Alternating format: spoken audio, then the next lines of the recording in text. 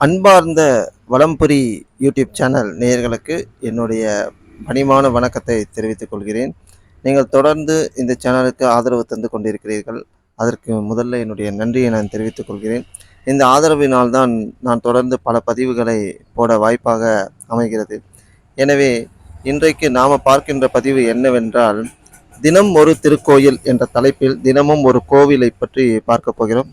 அதன் அடிப்படையில் நாம் இன்றைக்கு எந்த கோவிலை பார்க்க போகிறோம் என்பதை இந்த வீடியோவில் நான் சொல்கிறேன்.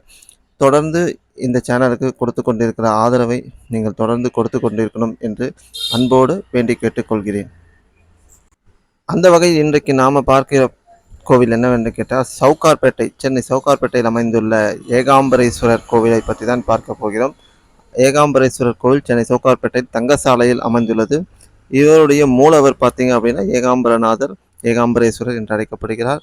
அம்பாள் காமாட்சி அம்மன் என்று அழைக்கப்படுகிறார். இந்த திருத்தலம் பார்த்தீங்கன்னா 400 ஆண்டுகள் பழமை வாய்ந்த திருத்தலம் என்று சொல்லப்படுகிறது. 400 ஆண்டுகளுக்கு மேலே கூட இருக்கலாம். இந்த திருக்கோவிலில் செந்தூர ஆஞ்சநேயர்னு ஒரு சன்னதி இருக்குது. மிகவும் சிறப்பு வாய்ந்த ஆஞ்சநேயர் சன்னதி அங்கே உள்ளது. நவகிரக சன்னதி பார்த்தீங்க அப்படின்னா அம்பாளுக்கு எதிர்த்தா போலவே இருக்கும் நவகிரக சன்னதி. அம்பாளின் சந்நிதி எதிர்க்கே நவகிரகம் அமைந்திருப்பது சிறப்பு வாய்ந்த ஒரு அமைப்பாக கருதப்படுகிறது. காரணம், நவகிரகங்களுடைய உக்கிரம் குறையும் அப்படின்னு சொல்லிட்டு பக்தர்களால் கருதப்படுகிறது. இந்த கோவிலுடைய பிரகாரத்தில் செந்தூர ஆஞ்சநேயர்னு ஒருவர் சன்னதி இருக்கிறது. இவருக்கு செந்தூரம் பூசி தீபம் எழுதி வழிபட்டால் செல்வ வளங்களை தருவார் என்பது மக்களுடைய ஐதீகமாக இருக்கிறது. இந்த கோவிலுடைய வரலாற்றை சற்று பார்க்கலாம். இந்த கோவிலுடைய வரலாற்று பார்த்தீங்கன்னா, முன்பொரு காலத்தில் வணிகர் ஒருவர் இந்த பகுதியில் வாழ்ந்து வந்தார். அவர் பிரதோஷ தினத்தன்று காஞ்சிபுரத்தில் இருக்கிற ஏகாம்பரேஸ்வரர் கோவிலுக்கு செல்வது வழக்கமாக வைத்திருந்தார். ஒரு நாள் பணியின் காரணமாக அவரால் அந்த கோவிலுக்கு செல்ல முடியவில்லை. இதனால் பணியும் சுணக்கம் ஏற்பட்டது. இதனால் அவருடைய முதலாளி பணியின் சுணக்கம் ஏற்பட்டதால் ரொம்பவே கடிந்து கொண்டார்.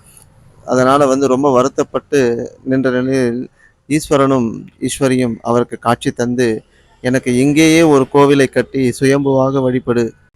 அவரும் அதன் அடிப்படையில் அங்கேயே ஒரு கோவிலை நிர்மாணித்து சுயம்பு மூர்த்தியை வழிபட ஆரம்பித்தார் என்று புராணங்கள் சொல்கிறது. ஸோ இத்தலத்து இறைவனை வணங்கினால், இத்தலத்து இறைவன் பஞ்சபூத தலங்களில் மண் தலமாக கருதப்படுகிறது. அதாவது சென்னையை சுற்றியுள்ள பஞ்சபூத தலங்களில் இது மண் தலமாக கருதப்படுகிறது.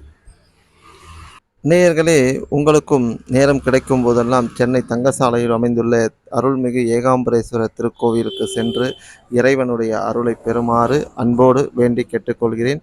நன்றி, வணக்கம். மீண்டும் நாளை வேறொரு திருக்கோவிலோடு உங்களை சந்திக்கிறேன். நன்றி, வணக்கம்.